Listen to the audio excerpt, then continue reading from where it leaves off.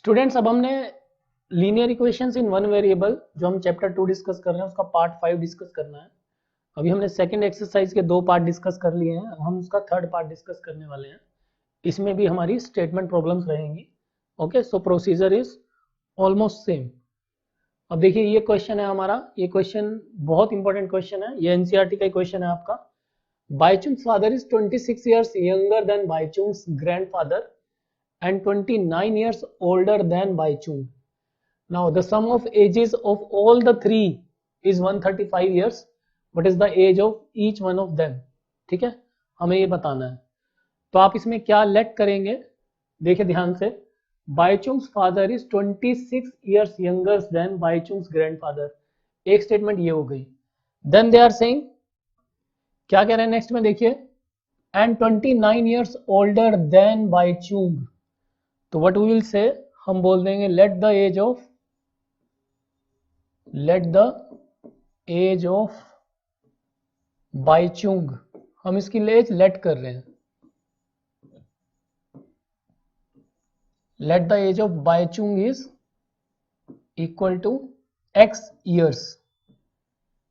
Late the age of Baichung is equal to x years। Okay, जो बाइचुंग की हमारी as है वो क्या है, x years के इक्वल है।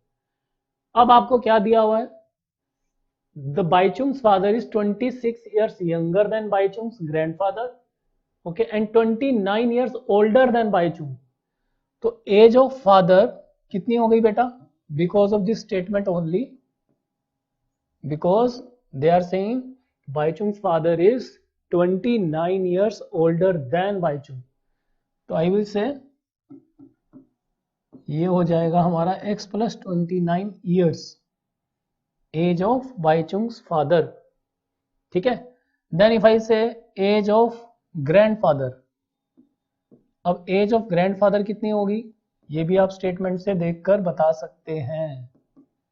एज ऑफ ग्रैंडफादर कितनी है, देखिए Bhaichung's father is 26 years younger than Bhaichung's grandfather. तो अगर मैं ग्रैंडफादर की एज ले लेता हूं x + 29 + 26, ये हमने ग्रैंडफादर की एज ले ली है ना। आप इसको ऐसे मान सकते हैं कि ग्रैंडफादर की एज माइनस फादर की एज इक्वल टू 26। आप इन दोनों को सब्ट्रैक्ट करके देखिए, यू आर गेटिंग 26।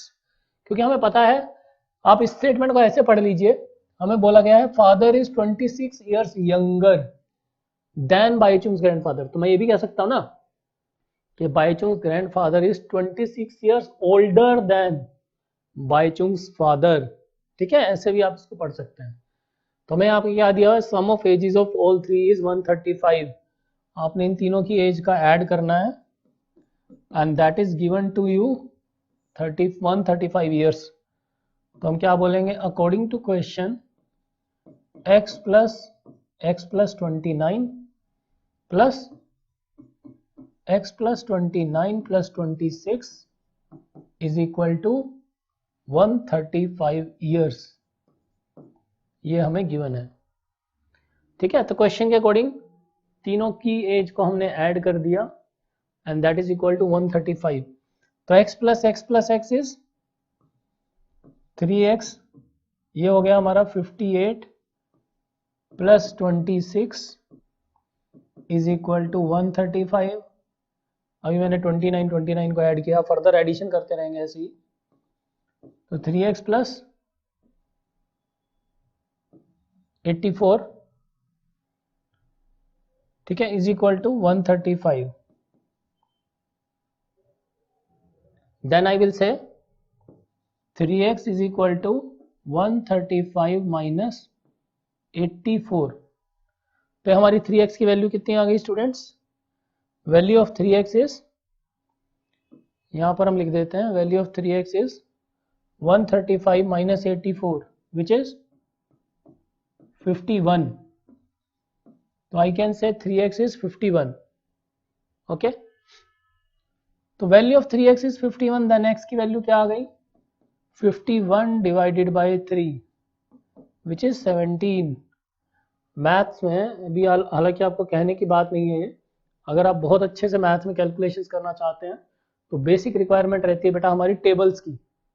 टेबल्स आपको अच्छे से याद होने चाहिए, एटलीस्ट अप टू 20 तक याद होनी ही चाहिए। तो हमारी जो एज है बाईचुंग की वो कितनी आ गई, 17 ईयर्स। तो I am writing my answer here only, आप एंड में लिख देंगे age of Bhaichung is 17 years. Age of Bhaichung's father कितनी है, 29 प्लस 17, तो कितनी हो गई 46 ईयर्स। ओके, देन हमें और क्या बताना है, एज ऑफ ग्रैंडफादर, तो आई कैन से 46 प्लस 26, या आप ये बोलेंगे कि 17 प्लस 29 प्लस 26, तो ये कितनी हो गई 72 ईयर्स। ओके, तो ये हमारा बहुत इंपॉर्टेंट क्वेश्चन है, ये एनसीईआरटी का ही क्वेश्चन है आपका, ठीक है, जिसमें आपको grandson, then father and then grandfather तीनों की एज दी हुई है। ओके, तो आपको क्वेश्चन अगर एक बारी में समझने में प्रॉब्लम आती है, वीडियो को दोबारा रिवाइंड करके फिर से देखिए, फिर से उसको खुद से करके देखिए, then it will be clear to you. So this was question number 9। Next question देखते हैं, 15 ईयर्स फ्रॉम नाउ, ठीक है, स्टेटमेंट को ध्यान से पढ़िए, 15 ईयर्स फ्रॉम नाउ यानी कि 15 साल के बाद, Ravi's age will be 4 times his present age. What is Ravi's present age? बहुत आसान है ना, it's like a riddle. Maths में रिडल्स होती है ना, जैसे हमारी नॉर्मल आप रिडल्स करते हो, तो ये मैथ्स की रिडल्स है। आज से 15 साल बाद रवि की एज अपनी आज की प्रेजेंट एज से 4 गुना हो जाएगी, 4 टाइम्स। तो व्हाट विल से, हम क्वेश्चन को ऐसे स्टार्ट करेंगे, let the present age of Ravi is, let the present age of Ravi is equal to x years. Okay, let the present age of Ravi is equal to x years. हमने बोल दिया कि present as Ravi की x years है से। Okay, now 15 years from now, तो as after 15 years कितनी हो जाएगी, एज आफ्टर 15 years, है ना भाई। अगर आज आपकी एज मान लीजिए 12 साल है ना, और 13 साल है, आप 8th क्लास में हैं, तो आपकी एज 15 साल के बाद कितनी होगी, तो यू विल से 13 प्लस 15, 28 हो गई, ठीक है। तो यहां पर हमने x लिया है, तो हम बोलेंगे x प्लस 15 ईयर्स, ये रवि की एज हो गई, ठीक है, 15 साल के बाद। अब अकॉर्डिंग टू क्वेश्चन हम लिखेंगे क्या, क्वेश्चन के अकॉर्डिंग हमें क्या बोला है, Ravi's age after 15 years will be 4 times his present age. तो क्या हो गया, 4 टाइम्स कितनी हो गई एज बेटा, 4 इंटू एक्स। 15 साल के बाद रवि की एज अपनी प्रेजेंट एज से 4 गुना हो जाएगी। तो हमने क्या किया, 4x जो कि इसका 4 गुना है प्रेजेंट एज का, will be equal to x plus 15, ठीक है। तो क्वेश्चन के अकॉर्डिंग ये मेरी स्टेटमेंट हो गई, आई विल से 4x माइनस एक्स, 15 के इक्वल 3x की वैल्यू 15 और x की वैल्यू 15/3, जो कि आ गया मेरा 5। तो इसका मतलब रवि की प्रेजेंट एज कितनी है, वो है मेरी 5 ईयर्स, ठीक है। अब आप इसको ऐसे भी चेक कर सकते हैं, देखिए रवि की एज आज 5 साल है, 15 साल के बाद उसकी एज कितनी होगी बेटा, 15 प्लस 5 20 ईयर्स, और 20 क्या होता है 5 का 4 टाइम्स, ठीक है। तो इसलिए हमारी जो रवि की एज है वो हो जाएगी 5 इंटू 4 20, ठीक है। तो इसको हमने ऐसे सोल्व करना था, ये था हमारा question number 10। Let us see our next question, ये कैश रिलेटेड प्रॉब्लम है, ठीक है, and this problem is very important. Let us see this, Lakshmi is a cashier in a bank, उनके पास कुछ करेंसी नोट्स हैं जिसकी वैल्यूज आपको दी हुई है 100, 50, 10 rupees. Ratio of number of these notes मुझे गिवन है, टोटल कैश जो लक्ष्मी के पास है दैट इज 4 lakhs। हमें पूछा गया है कि उनके पास किस डिनोमिनेशन के कितने नोट्स हैं, ठीक है। आपके पास नोट्स कौन कौन से हैं? 100, 50 एंड 10 रुपीज के नोट्स। रेशो आपको फिर से गिवन है। अब रेशो वाले क्वेश्चन हम 2-3 ऑलरेडी कर चुके हैं, तो I can start this question. Okay, let number of rupees 100, 50 and rupees 10 notes is equal to क्या लेंगे बताइए? रेशो दी हुई है, number of rupees 100, 50 and 10 notes is equal to 2x, 3x and 5x। मैंने बोल दिया कि रुपीज 100, रुपीज 50 एंड रुपीज 10 के जो नोट्स हैं मेरे पास वो 2x, 3x and 5x respectively. अब आपको क्वेश्चन के अकॉर्डिंग क्या दिया हुआ है? देखिए, सपोज मेरे पास 100 रुपीज के 5 नोट्स हैं बेटा, तो आपको पता है आपके पास टोटल अमाउंट कितना हो गया? कैसे निकालेंगे? 100 इंटू 5 दैट इज 500। अब मैंने आपको क्या बोला कि मेरे पास 100 रुपीज के 2x नोट्स हैं, तो अमाउंट आपका कितना बन गया? बिकॉज ऑफ 100 रुपीज ओनली कितना बन गया? 100 रुपीज के मेरे पास 2x नोट्स हैं, तो अकॉर्डिंग टू क्वेश्चन मैं अब लूंगा 100 रुपीज के आपके पास 2x नोट्स हैं, तो मेरा अमाउंट बन गया 2x इंटू 100 रुपीज के कारण ये मेरा अमाउंट बन गया। प्लस सिमिलरली आप 50 के लिए करेंगे, फिर 10 के लिए करेंगे। अब मेरे पास 50 रुपीज के 3x नोट्स हैं, तो मैं क्या बोलूंगा? 3x into 50। This is the amount because of 50 rupees. ये मेरा अमाउंट है बिकॉज ऑफ 100 रुपीज, और प्लस ये मेरा अमाउंट आ गया because of 10 rupees. Total amount कितना है मेरे पास? है ना, यानी कि लक्ष्मी के पास टोटल अमाउंट कितना है? 4 लाख। तो यहां पर आप लिख देंगे 4 लाख। ठीक है, अब आपने बस इसको सोल्व करना है एंड आपकी x की वैल्यू आ जाएगी। देन आप अपने रिस्पेक्टिव नोट्स बता सकते हैं कितने कितने हैं। देखिए ये कितना हो गया? 200x, 150x, 50x, total is equal to 4 lakh. तो ये कितना आ गया बेटा? ये हमारा आ गया 400x इज इक्वल टू फिर से 4 लाख। तो what is the value of x? ये सब आप कर चुके हैं ऑलरेडी, आपको पता है कि सॉल्यूशन हम कैसे कर रहे हैं। ओके, तो अब हमारा 0 से 0 कैंसिल कर दिया हमने, तो value of x is 1000। Okay, total amount is 4 lakhs। ये हो गया हमारा 400, तो x की वैल्यू आ गई हमारी 1000। यानी कि what I am will say 100 rupees के कितने नोट्स हैं? ठीक है, तो हम अपना आंसर यहां लिख देते हैं एक बार बना के। हम क्या बोलेंगे कि 100 रुपीज के कितने नोट्स हैं मेरे पास? 2x।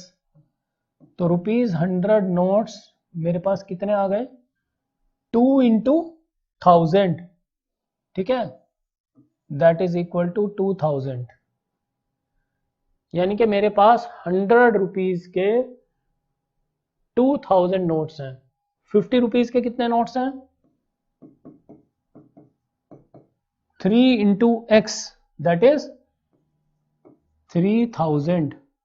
और बेटा 10 रुपीज के कितने नोट्स हैं? 5 इंटू एक्स। तो 10 रुपीज के लक्ष्मी के पास हैं 5000 नोट्स। ठीक है, सिंपल प्रॉब्लम है, बट आपको पता होना चाहिए कि हमें अगर जब भी रेशो दिया हो हम इसको ऐसे लिखेंगे। टोटल अमाउंट आपको दिया हुआ था कितना है, तो हमने इक्वेट कर दिया 100 रुपीज के कारण टोटल अमाउंट, 50 रुपीज के कारण टोटल अमाउंट एंड 10 रुपीज के कारण टोटल अमाउंट। तो दैट्स वाई ये मेरे नंबर ऑफ नोट्स आ गए। तो this was question number 11 and let us see our question number 12. Sum of 3 consecutive multiples of 11 is 363. Find these multiples. ठीक है, हमें क्या दिया हुआ है, sum of 3 consecutive multiples of 11। Okay, अब अगर आपको पता है कि मेरे पास 11 के मल्टीपल्स हैं, ठीक है, तो डिविजिबल होंगे 11 से, तो हम ऐसे लिखेंगे इसको, देखिए, लेट फर्स्ट मल्टीपल या first number is consecutive multiples है ना, let first multiple of 11 is equal to x। ठीक है, ये मेरा फर्स्ट मल्टीपल हो गया। Then I can say second multiple of 11। अगर आपके पास पहला मल्टीपल है 11 का, हमने उसको x मान लिया, सेकंड कंसेक्यूटिव मल्टीपल के लिए आप क्या करेंगे, उसमें आप ऐड कर देंगे ऑब्वियसली 11।